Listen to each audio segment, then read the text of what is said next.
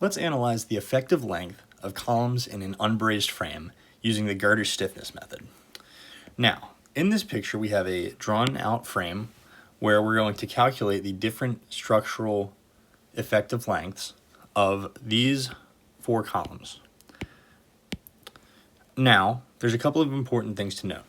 First, we can look at the connections at the bottom and see how this is going to affect our value of G for this equation. One thing that we know is that if we have a pin, G is going to equal 10.0 because there is so much freedom in that connection.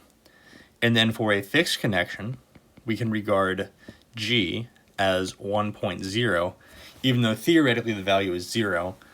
This is the recommended value by AISC. Now, to calculate the effective lengths of these different columns that we have in this frame, we need to refer to this equation down here. Essentially, it says that the sum of the moduli of elasticity times the effective length of the times the moment of inertia of the columns divided by the length of the columns, the actual length, not the effective length, will provide us a value, and then we will divide that by the same thing but for the girders. But an important thing to note about this equation is that we can immediately go and cancel off E col and EG because those are going to be the same for structural steel.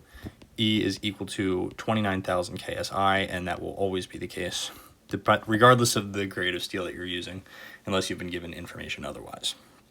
So then, in terms of problem flow, we can use this value of Gx that we get, and x is just whatever variable or whatever joint we're looking at. And we can go to figure CA-7.2 in the AISC manual, found in commentary section 7.2. And we will use this figure to determine the value of K for an unbraced frame. So let's go about this. And why do we have four different situations here? Well, it's because if you look at these four different columns, we have different member sizes. Well, two of them are the same actually, but their connection conditions are different. Therefore, we need to look at this differently. And since this is the sum, it's going to be quicker when we have to go analyze this column and this column because we have only one beam, and for this one especially, we only have one beam, or pardon me, at joint A, we only have one column and one beam. So let's go through and we'll start calculating this. We need to calculate the value of Gx 6 times for this problem. So let's just start with GA. Let me go grab my calculator real quick.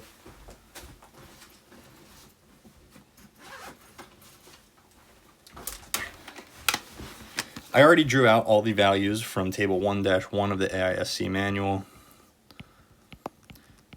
With all this information, we are now pretty much ready to go because we are given the effective, or pardon me, not the effective, the actual lengths of these members.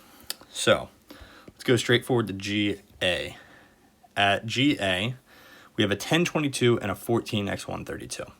So that this 14132 is what we'll start with. We have one column. It's a 14132, and we have IX of 1530. Then we divide it by an actual length of 11 feet. And we'll divide these values by 12 at the end. Just a reminder of that. Actually, technically speaking, we don't even need to do that now. I'm thinking about that. But okay, at A, we have 1022, which has an IX value of 118. And that has a length of 15 feet. So if we go through, we can calculate this out, and we have 1530 divided by 11,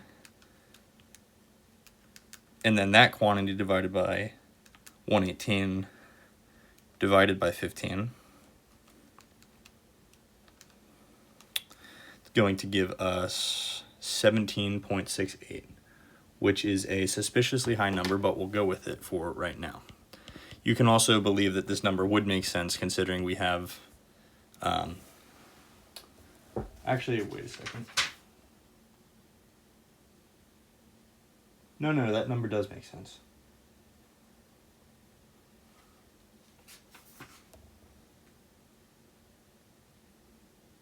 Yep, it absolutely does. So pardon me for that real quickly. Just had to check that because all those units do cancel out. So GB, we're going to go through it and we're going to do the same thing. But now, if we look at this, we have two different columns, right? So we still have 1530 divided by 11, but we're going to have as well this 14,176. So 2140 divided by 12 feet. And then our beam is now a 1226.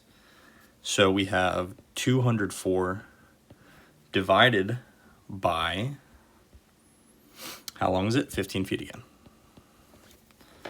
So once again, just run back in, plug this into the calculator, and we are going to get 204 divided by 15, 23.34.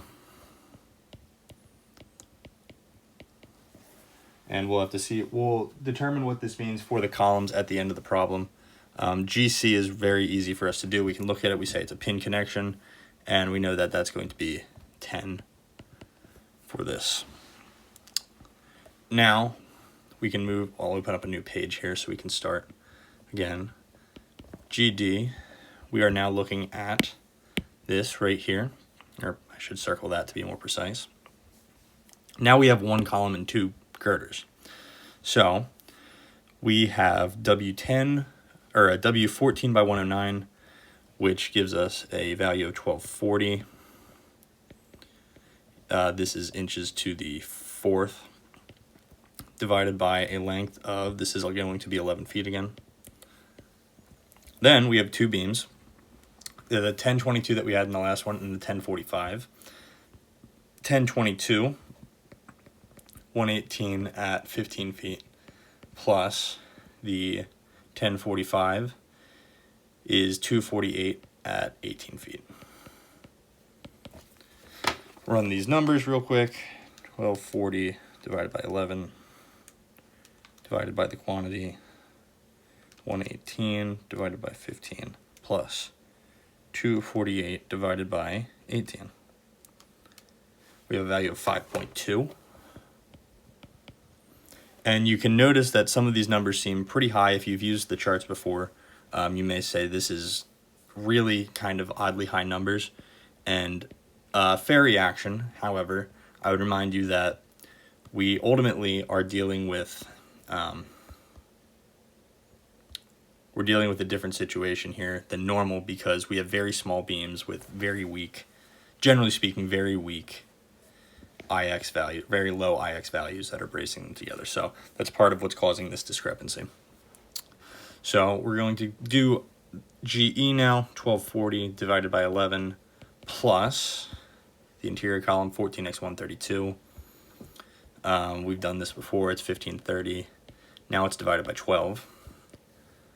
And now we can do our beams. 118 divided by 15 for, oh, nope, that's wrong, pardon me, 1226 and a 1265. The 1226 is 204 again, and that is 15 feet. 1265, 533 at 18 feet. I believe I have those all correct here. So, same thing again. Just a lot of calculator work on these problems. A lot of these problems really are plug and chug, as your professors probably called it. And it's annoying to go through them sometimes, but ultimately they're really good brain exercise, if nothing else, and they produce useful information. So this one we get 5.56.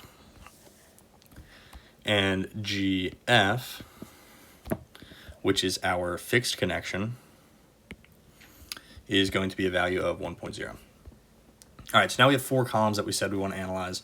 So let's go through and we'll write those out. We want K. This is in the X direction, by the way. That's important. I should have discussed that in the beginning of the video, but we're using IX values for this because for the columns, the web is in the plane of the frame. So all these values are going to be for effective length in the X direction. You can do the same thing for the Y direction, just mind your IX value that you're using.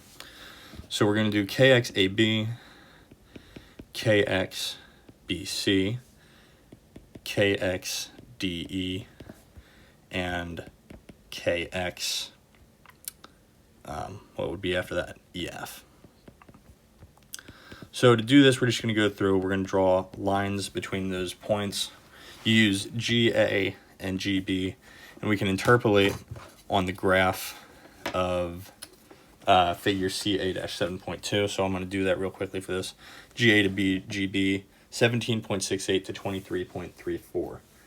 And this is going to be relatively approximate, but you're going to get some sort of value from it. I am getting around,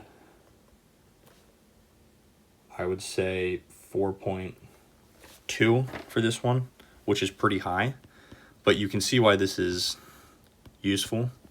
If you have an effective length that is reduced that far, you may need to look into that situation. So that gives us AB, BC. We have this joint right here and this joint right here. We're going from 23.34 to 10.0. And luckily there's a 10.0 mark on there. Obviously you don't have a 23.34 mark.